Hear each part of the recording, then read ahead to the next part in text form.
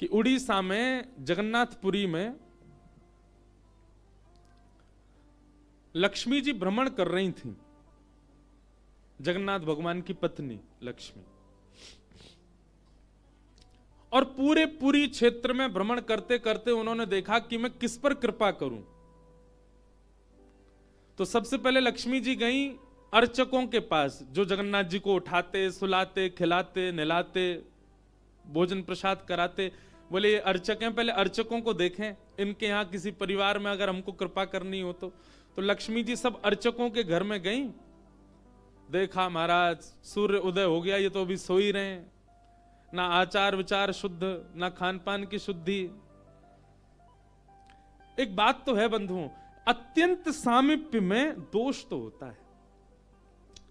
जब किसी वस्तु का बहुत सामीप्य मिल जाता है ना कभी उसकी वैल्यू समझ में नहीं आती हमको। ये हम अपने ऊपर भी कह रहे हैं, हम भी लाल जी के बहुत समीप रहते हैं ना, तो कभी कभी ऐसा होता है कि कहीं पर अव्यवस्था होती है। कहीं कथा में गए, वहां थोड़ी सी अव्यवस्था है, लाल जी के अनुकूल नहीं है। जैसे कि लाल जी को देसी गैया का दूध ही आता है, जर्सी का नहीं आएगा, बाजार का नहीं आएगा। पर कई जगह ऐसे लोग हैं कथा कराने वाले, वो नहीं करते व्यवस्था, या व्यवस्था वहां कई बार होती भी नहीं। तो फिर लाल जी को हम कहते हैं, लाल जी अब यहां तो कछु दना जो है का है, आप बिना दूध के ही रहो।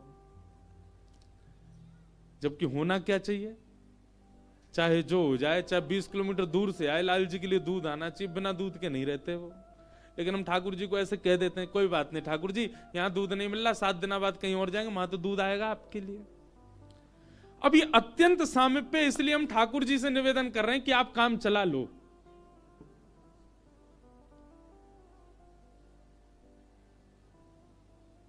महाराज जब नया नया ब्याह होता है ना घर की लाली का, तो दामाद जी पहली बार जब घर आते हो, दामाद जी कोई डिमांड कर दें कि ये मिठाई खानी है, तो सारे जितने घर के साले होते हैं, घर के बड़े, वो 50 किलोमीटर भागते हैं, जीजा जी के लिए लेके आना है, उन्होंने मांगा है। वही दामाद जी 10 साल बाद आके कुछ कहे, बोले अब जीजू रहने दो,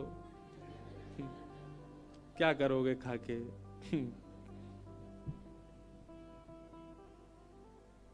या फिर पहले ही फोन कर देते हैं, आप आएंगे, वो रास्ते में ही पड़ेगी दुकान, खुद ही लिया ना। अत्यंत सामीप्य के बाद में कहीं ना कहीं हमारा भाव जो है वो धीरे धीरे घटने लग जाता है। कभी कभी मैं आपसे भी निवेदन करूं, ठाकुर जी से भी विरह मांगो। हे नाथ, कहीं मैं आपके बहुत समीप ना आ जाऊं, बहुत समीप आकर के कहीं मैं आपके प्रति मेरा भाव कम ना हो जाए। तो लक्ष्मी जी ने देखा महाराज सबरे पुजारी, अर्चक, साधक लेट लेट तक सो रहे हैं, ना आचार विचार शुद्ध, ना खान पान की शुद्धि, ना वस्त्रादि धुले हुए, एक ही वस्त्र हैं, 5-5 दिन तक उन्हीं को पहनने हैं। लक्ष्मी जी बोली ये मेरे रहने लायक स्थान नहीं है, इसको यहां नहीं आऊंगी मैं। और तभी लक्ष्मी जी ने आगे जाकर के देखा कि वह परिवार जिनको झाड़ू लगाने की सेवा थी, नाली आदि साफ करने की सेवा थी, जिनको मंदिर में प्रवेश तक नहीं करने दिया जाता, उनके घर में गोबर का चौका, सब ब्रह्म मुहूर्त में उठ गए हैं, तुलसी जी को जल दे रहे हैं, घर में बिल्कुल शुद्ध भोजन बन रहा है, आचार विचार की शुद्धि, हाथ स्वच्छ हैं, पैर बच, जन्म से उनकी जाति कहीं ऊंची नहीं है, लेकिन बाकी सब कुछ उनका स्वस्थ था, बिल्कुल शुद्ध था। एक बात याद रखना बंधु, लक्ष्मी जी की कृपा चाहते हैं ना, पवित्र रहना प्रारंभ कर दो। लक्ष्मी जी को पवित्रता बहुत प्रिय है। आपने आज जो वस्त्र पहने, कल अगर आपने पहन लिए, लक्ष्मी जी तुरंत चली जाएंगी। इतनी भी अपवित्रता लक्ष्मी जी को प्रिय नहीं है।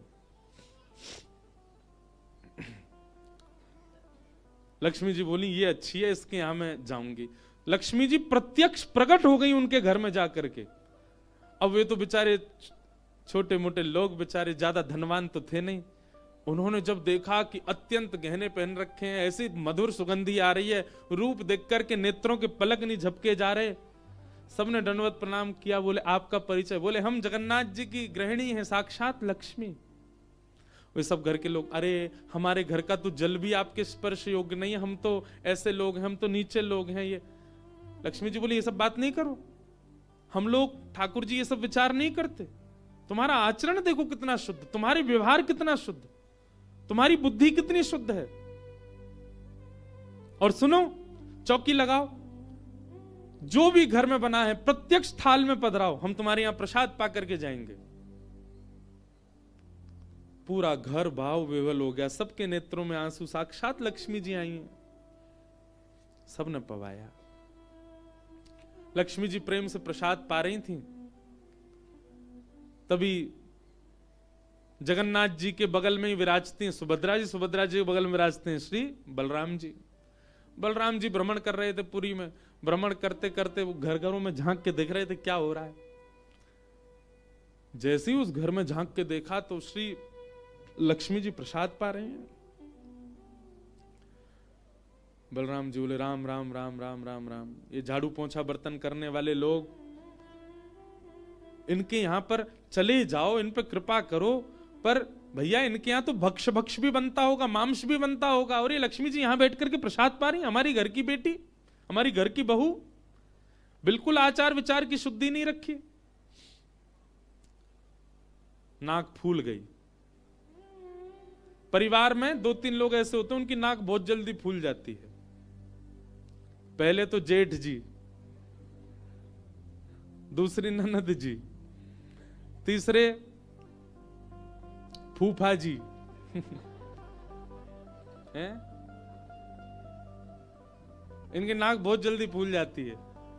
ये हम यहां पे अगर कोई बैठे हो, जेठ जी, ननद जी, फूफा जी, बुरा नहीं मानना, आपके भी जेठ ननद फूफा होंगे, उनकी भी देखना नाक फूली रहती। बलराम जी की नाक फूल गई महाराज, आकर के कुछ बोले तो नहीं, मंदिर में आके बैठ गए। जगन्नाथपुरी में जो भात बनता है ना, इसीलिए जगन्नाथपुरी में एकादशी नियम नहीं है। क्यों? क्योंकि वहां जो भात निर्मित होता है, ऐसा मान्यता है कि वो लक्ष्मी स्वयं अपने हाथ से बनाती।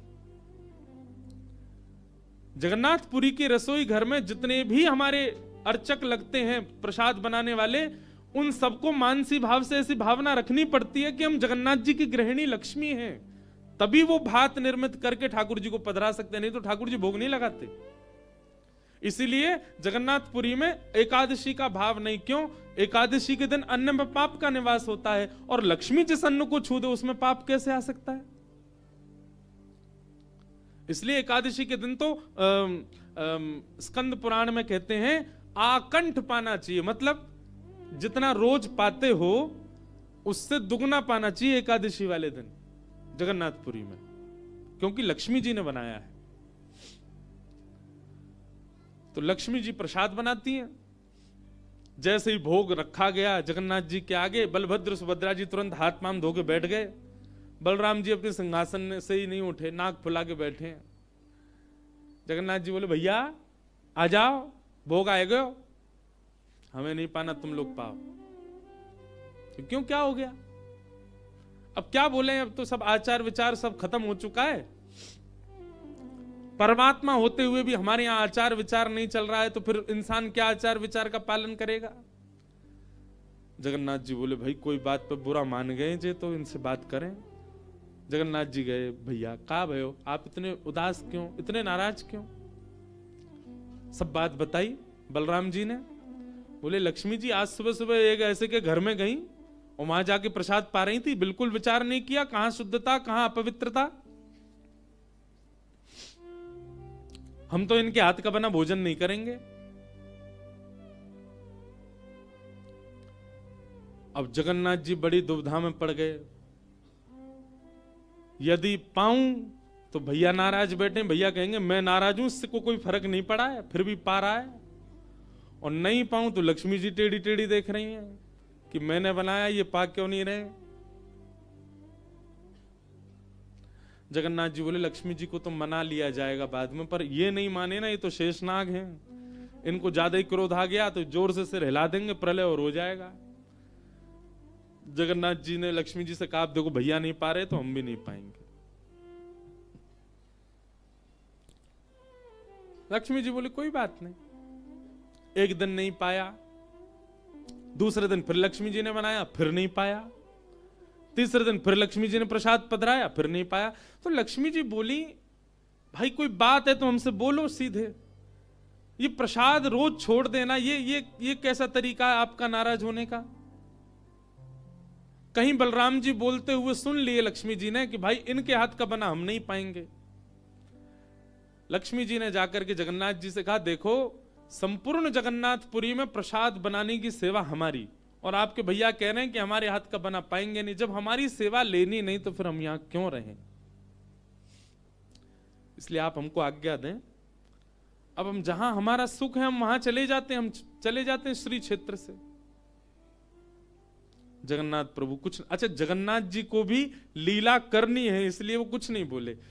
अब कुछ नहीं बोले तो लक्ष्मी जी समझ गई, बोले मौन मतलब हां ही होता है। लक्ष्मी जी बोले ठीक है, आप लोग शयन करो, रात्रि का समय, बलभद्र सुभद्रा जगन्नाथ जी के कपाट बंद हो गए। लक्ष्मी जी बोली अब हम जा रही हैं, और मंदिर से श्री लक्ष्मी जी चली गई। प्रातः काल ब्रह्म मुहूर्त का समय हुआ। महाराज जगन्नाथ जी बलराम जी जैसे ही उठे तो क्या पाया? नीचे फर्श पे पड़े थे। कहां सोने के सिंहासन पर सोते थे, सोने के बिस्तर पर सोते थे, बढ़िया लत्ता पहन के रहते थे, गले में स्वर्ण की मालाएं, हाथ में स्वर्ण के कड़ूला, पाम में स्वर्ण के कड़ूला आदि सब पहन के सोते थे। लेकिन लक्ष्मी चली गई तो सब चला गया। सवेरे उठे तो फर्श पे पड़े थे। बलराम जी बोले लाला जी कहाँ है गो, हमारे सिंहासन वगैरह कहां चले गए? ठाकुर जी बोले लक्ष्मी जी चली गई ना, लक्ष्मी तो मतलब सब होता है। बलराम जी ने अपनी तिजोरी जाकर के खोली, सबरे वस्त्र चले गए, आभूषण चले गए, सब आयुध चले गए, फटे पुराने मैले कुचैले बिना धुले महीनों के सालों के वस्त्र पड़े थे। और यही होता है, लक्ष्मी जाती है तो यही रह जाता है। लेकिन बलराम जी भी अपनी पूरी उसमें थे, बोले कि हम भी कुछ नहीं कहेंगे, ठीक है जैसे हैं वैसे रह लेंगे, कोई लक्ष्मी जी के जाने से हम पे फर्क थोड़ी पड़ रहा है। चल लाला भोजन को समय है क्यों, प्रसाद पामे। ठाकुर जी बोले कैसे प्रसाद पाएंगे, प्रसाद तो लक्ष्मी बनाती है, लक्ष्मी चली गई, खुद ही बनाना पड़ेगा। बोले हाँ हाँ, तो हम पे कोई बनावी कमी, हम दोनों मिलके बनाएंगे। कृष्ण बलराम दोनों गए रसोई घर में, जाकर के देखा तो महाराज वहां से अन्न दाल चावल सब चले गए, क्यों सब लक्ष्मी से ही आते हैं। कहां तक कहें चूल्हा जलाने की लकड़ी भी नहीं बची, वो भी लक्ष्मी से ही आती है। लक्ष्मी गई और सारी श्री लेकर के चली गई अपने साथ। एक दिन दो दिन, अब तो दर्शनार्थी आने बंद हो गए, क्यों मंदिर की श्री भी चली गई। जगन्नाथ जी और बलराम जी चुपचाप बैठे हैं अपने सिंहासन पर, भूखे प्यासे बेचारे, आंख बाहर निकल आई। बलराम जी बोले लाला, बोले हाँ 2 दिन है गए लाला, भोजन ना एक कियो, और 2 दिन पहले गुस्सा में ना एक कियो, 4 दिन है गए, और कछु है भी ना, कहा करें। देखो इस बात को कोई ऐसे मत ले लेना, लोग सोचने वाले यूं भी लेते हैं, बताओ महाराज जी कुछ भी बोल रहे हैं, वो साक्षात ब्रह्म है। लक्ष्मी जाने से उन पर कोई प्रभाव पड़ेगा? लक्ष्मी जाने से कोई प्रभाव नहीं पड़ता ठाकुर जी पर ठाकुर जी बलराम जी को ये बताना चाह रहे हैं कि भाई किसी को हे दृष्टि से मत देखो, उसी के लिए पूरी लीला हो रही है। ठाकुर जी बोले दाऊ दादा एक काम है सके, बोले कहा, बोले समुद्र के किनारे स्वर्ग आश्रम है जहां पर लोगों की अंत्येष्टि होती है। बोले हाँ, मैंने एक बार देखा था वहां पे लोग कटोरा लिए बैठे रहते हैं और उनको कुछ ना कुछ मिल ही जाता है, आपकी आज्ञा हो तो वहीं चलें, कछु तो मिल जाएगा। लाला पूरी दुनिया काकेगी, बताओ कृष्ण बलराम क्या कर रहे हैं ये। बोले ऐसे थोड़ी जाएंगे, रूप बदल के चलेंगे, कछु तो मिलेगा, पेट तो नहीं भरेगा हमारा। लक्ष्मी जी तो आएंगी नहीं, नाराज होकर चली गई। बलराम जी बोले हाँ हाँ जान दे, ये बहू के बड़े नखरे हैं, चली गई तो काम का भूखे रहेंगे, चल लाला मेहनत करके उद्यम करके भिक्षा मांग के पालेंगे। और श्री कृष्ण बलराम दोनों छोटे से बालक का रूप धारण करके गए और स्वर्ग आश्रम के बाहर कटोरा लेके बैठ गए, कोई कुछ तो दे जाएगा। ठाकुर जी और बलराम जी अपनी झोली फैला के जय जगन्नाथ जय जगन्नाथ, मैया तेरा भला हो कुछ दो, और कोई कुछ नहीं दे। एक ने तो डांट दिया, बोले हे छोटे बालकों क्या करते हो, विद्यालय जाया करो, पढ़ाई लिखाई किया करो, क्या बचपन में आके बैठ गए हो यहाँ पे। बलराम जी बोले लाला ही तो बहुत डांट रही है। ठाकुर जी मनी मन कहें और कर लो अपमान लक्ष्मी जी का। इतने में ही एक महात्मा आए, उन पर धन तो था नहीं, लोग वो खाते हैं ना मूढ़ी, भेलपूरी, झाल मूढ़ी बोलते हैं उसको, फूले फूले से होते हैं, क्या बोलते हैं उसको, मूढ़ी बोलते हैं ना, समझ गए ना सब। गंगा जी के किनारे भी लोग खाते हैं, उसमें नमकीन नमकीन मिला के बढ़िया। तो उनके पास में बस मूढ़ी थी, महात्मा जी के पास में। भेल थी, भेल तो लाई भी बोलते हैं उसको, लाई। ठाकुर जी ऐसे झोली फैला के बैठे, बलराम जी भी। तो महात्मा जी ने क्या किया, ऐसे करके लो बच्चों, लो पालो, पेट भर लो। बलराम जी बोले लाला एक समय को भोजन तो मिल ही गयो। ठाकुर जी बलराम जी दोनों खुश हुए। लक्ष्मी जी ने दूर से देखा, ए पवन देव जोर से बहना प्रारंभ करो। ऐसी जोर की हवा चली महाराज, सबरी मूढ़ी उड़ गई। बलराम जी और ठाकुर जी पीछे पीछे भागे, मूढ़ी सबरी उड़ गई।